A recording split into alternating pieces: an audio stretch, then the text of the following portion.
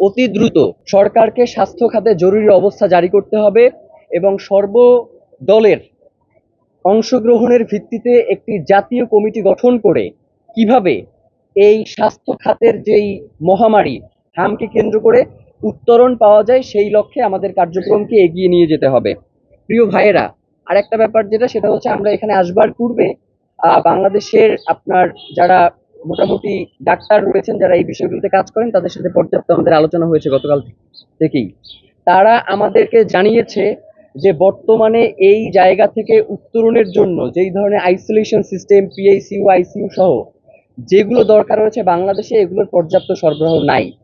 তো আমরা সরকারকে অতি দ্রুত আহ্বান জানাই যে আজকে শিশুরাই আগামীর ভবিষ্যৎ, তারা যদি এভাবে অকালে ঝরে পড়ে তাহলে আসলে আগামীর প্রজন্ম যারা পরবর্তী সময়ে বাংলাদেশকে সার্ভ করবে সেই সম্ভাবনার ডাকটা আস্তে আস্তে বন্ধ হয়ে যাবে। সুতরাং এইখানে অতি দ্রুত এই ব্যবস্থাগুলো নিশ্চিত করতে হবে।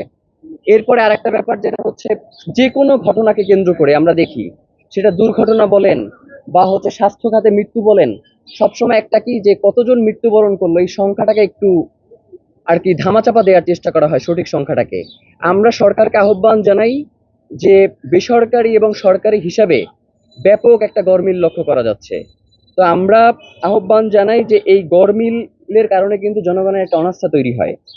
তো এইটাতে যাতে প্রপার ডকুমেন্টেশন তৈরি করে কিভাবে এখান থেকে উত্তরণের পথ সেটা আমাদেরকে খুঁজে বের করতে হবে।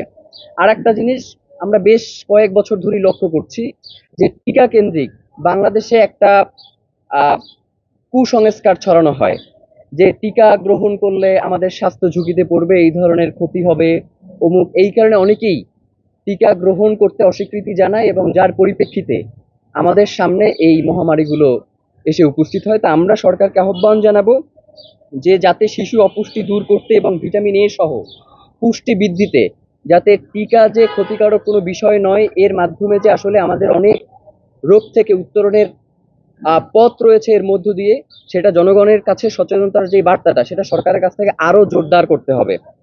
এরপরে আরেকটা জিনিস যেটা সেটা হচ্ছে দেশি বিদেশি বিশেষজ্ঞদের নিয়ে একটা কমিটি গঠন করতে হবে, কারণ এই যে অধিক মৃত্যুর হার এইটার কারণ কি। যেমন এই যে 415 জন মারা গেছে, এর ভেতরে স্বাস্থ্য মন্ত্রণালয় নিশ্চিত করেছে যে 60 জন মারা গেছে যারা হচ্ছে হাম মানে সরাসরি হামে আক্রান্ত হয়ে, আর বাকি যারা মারা গেছে তাদের ক্ষেত্রে বলা হয়েছে হামের বিভিন্ন উপসর্গ, নিউমোনিয়া, টাইফয়েড সহ এই ধরনের ইসে আক্রান্ত হয়ে মারা গেছে।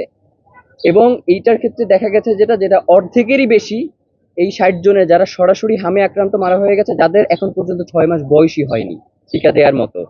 তাহলে কেন আমাদের এই রোগটা দ্রুত ছড়িয়ে পড়ছে এবং এখান থেকে উত্তরণের উপায় কি? এই জন্য দেশি বিদেশি একটা কমিটি গঠন করে আমাদেরকে এই উত্তরণের উপায় খুঁজে বের করতে হবে।